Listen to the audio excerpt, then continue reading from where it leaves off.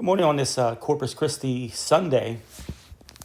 And I want to begin with my weekend, my weekend, two weddings, one on a Friday, one on a Saturday. And both were beautiful, wonderful ceremonies. It was both nice couples. It was nice working with them. But I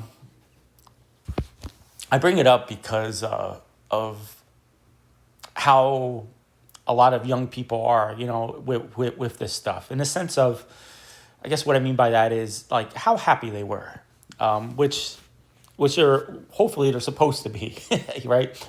They're supposed to have a happiness on their wedding day. If not, which I think can happen sometimes. Definitely major red flags right there. If the person you're marrying doesn't bring you joy, then probably shouldn't have gotten married at all.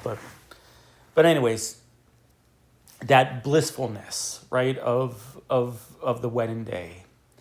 Same with being a priest, that blissfulness of your ordination and your first mass. You're kind of on cloud nine, and with newlyweds and newly ordained, there's certain type of ambition in terms of things are going to be different. Right? We're not going to be like the other married couples. I'm not going to be like these other priests. We have these grandiose ideas. We're not going to fight. We're going to work together. We're going to be a great team, and everything is going to be a happily ever ending story.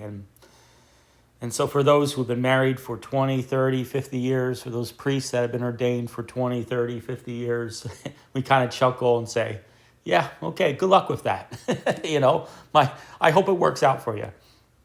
And again, it's not as if we're actually against marriage or against ordination. I'm sure there's a lot of marriages that didn't last, and I get all that too. And maybe there's some people right now who are in a tough marriage and things aren't going as well.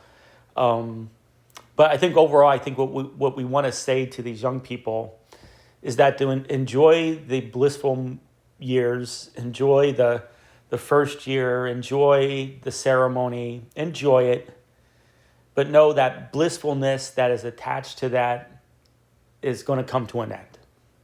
And then we're going to enter into the daily grinds of life, from worrying about paying bills to miscommunication to disagreements to, you're getting fed up with this particular trait of your person. Maybe they're a messy person. Maybe they're a poor planner, whatever it is, spending habits, you know what I mean? Traits that we didn't really make much of while one is dating. Now, after years, they start to rub off, right? And so let's take those feelings of the grind, those feelings of pain, those feelings of, the blissfulness is over and here we are. I'm going to spend the rest of my life with this person. Let's tie those feelings into the Eucharist, all right? Because today is Corpus Christi. And essentially what we do when we come to church, we enter the building, we enter into the nave of the church, into seeing the sanctuary. We are offering worship of God. We are offering a sacrifice to God. And that's very important to always keep in mind. Worship and sacrifice. What are we sacrificing? Well, we're actually sacrificing ourselves.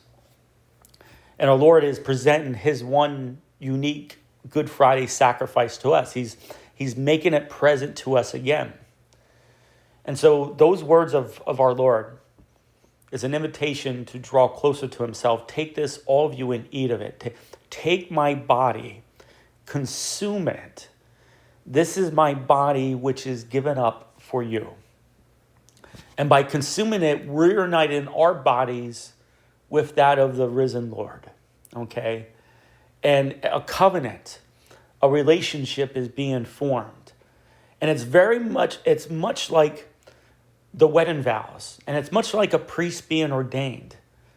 It's the same type of mentality where in the wedding vows, the husband and wife are pledging to give their lives over to the other. This is my body, which is given up for you. The priest, this is my body, my heart, my soul, my mind. Here are my hands.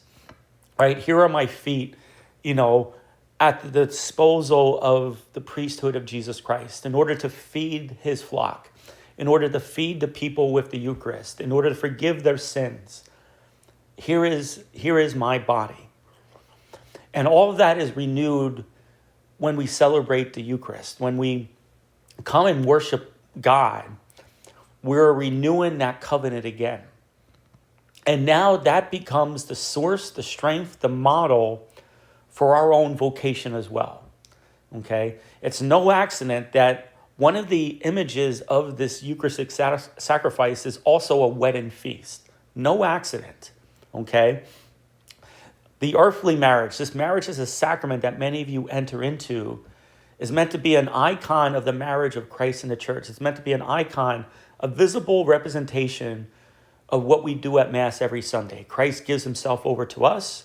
We give ourselves over to Christ in this covenant union bond. This is why Mass is so important. This is why we tell our loved ones, go to church. Okay? We go to church because of worship. We go to church because of the covenant. But also, most importantly, we go to church also to strengthen our own unique vocations. Because like I said at the beginning, the blissfulness is over. The blissfulness that makes us happy and keeps us together and energizes us in our marriage or in our priesthood, that will all fade. You know, the wedding day will fade. The ordination day will fade. And then we just get into the daily grind and routine of life. And we have to be nourished. We have to be sustained. So it's just like in the gospel. You know, the people are coming to Jesus. They're being healed by him. But yet they're still in a deserted place. They're in a place with no nourishment. And the apostles want to send them away. They want to send them away from Jesus. And Jesus is like, no. I'm going to feed them. You're going to feed them. Right? I mean, that's another great image of the ministerial priesthood. Right? The apostles are going to be the ones through the power of Christ that are going to feed the people. Okay? Because again, no nourishment, no support, you know, in a very barren, deserted place, just a bunch of emptiness.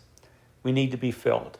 You know, sometimes we get those feelings of distance or emptiness in our vocation, our priesthood, or in our marriages. Getting that feeling of distance and desertion, and we need nourishment.